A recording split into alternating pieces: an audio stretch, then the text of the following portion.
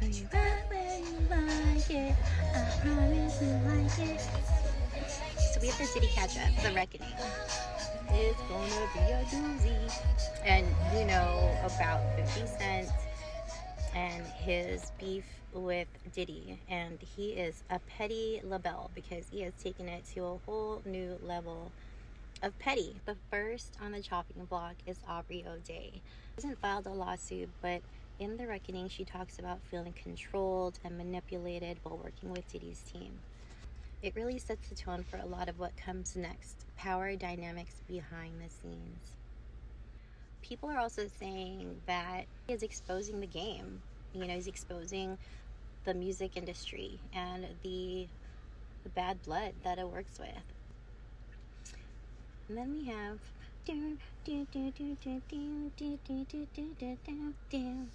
Cassie Ventura. Her lawsuit accused Diddy of years of abuse and trafficking. Shockingly, it was settled within 24 hours, which only fueled public speculation. According to the docuseries, this case was the domino after Cassie came. It's crazy how that one lawsuit opened the floodgates like that. And everybody started trickling in. Even till now, he has allegations coming from out the woodworks. Nobody knows these people, but then we have Little Rod Jones, a former producer. His allegations go beyond romantic relationships, though. This has been going on for years, but just now, they're about the people that hung around. Didn't they see anything? Well, that leads me to Kirk Burrows, a co-founder of Bad Boy. He says he witnessed Diddy allegedly strike his own mother. Seeing that kind of aggression in a family setting, it's alarming. And I'm sure everyone around him was like, we are creating a monster. And then we have Clayton Howard as a former male escort who alleges Diddy and Cassie organized annual events called freak-offs. On the anniversary of Biggie's death, he claims drugs were involved and the encounters were highly orchestrated. I know this is shocking, but it's important to note that these allegations haven't resulted in criminal convictions. And then that brings me to Joy Dickerson. Going way back to 1992, Joy Dickerson's Neil's mother wrote a letter claiming her daughter was videotaped without consent and that the tape was allegedly shared at parties. It shows that this alleged behavior may have been happening long before fame and powerfully took hold. How did he even get those videos?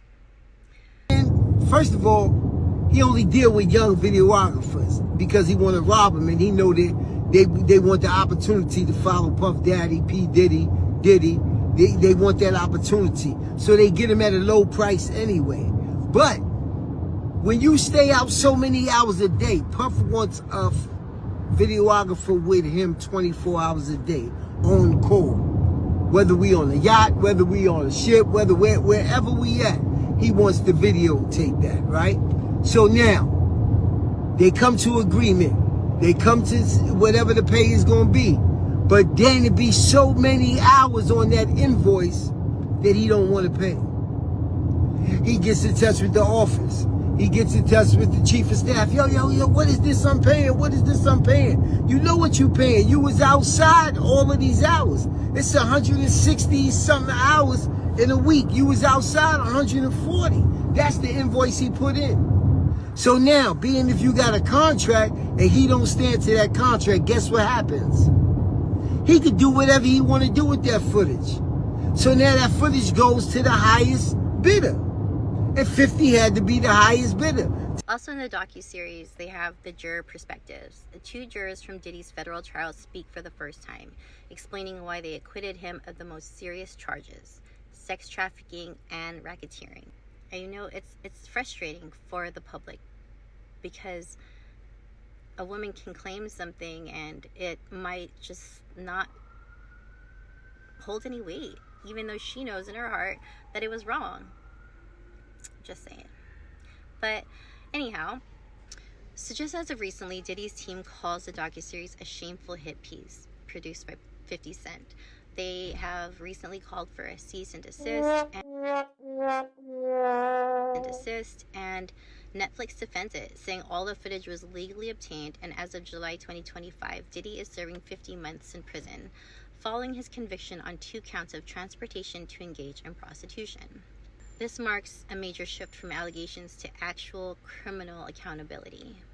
So if you don't feel like watching the docuseries, I pretty much wrapped it up for you. I mean, that's the full picture, from Aubrey O'Day to Cassie, little Rodney, early family allegations, unseen footage, jurors' insights, and Diddy's current status. The reckoning gives a deep, complicated look at power, manipulation, accountability in the music industry. Only imagine if this had come out during the trial. I mean, would it have hurt Diddy? I'll keep tracking updates and bringing you the full story as it unfolds. Alright, listeners, hit me up with your thoughts. Let me know where you stand. I mean, this is a messy ass story. It's complicated and it's far from over. Just when we thought Diddy was getting boring, 50 Cent comes and puts out this Netflix docuseries, and it's raising a lot of eyebrows. I mean, I kind of see it as, 50 Cent being a little petty and kind of childish, but I'm here for the entertainment, so.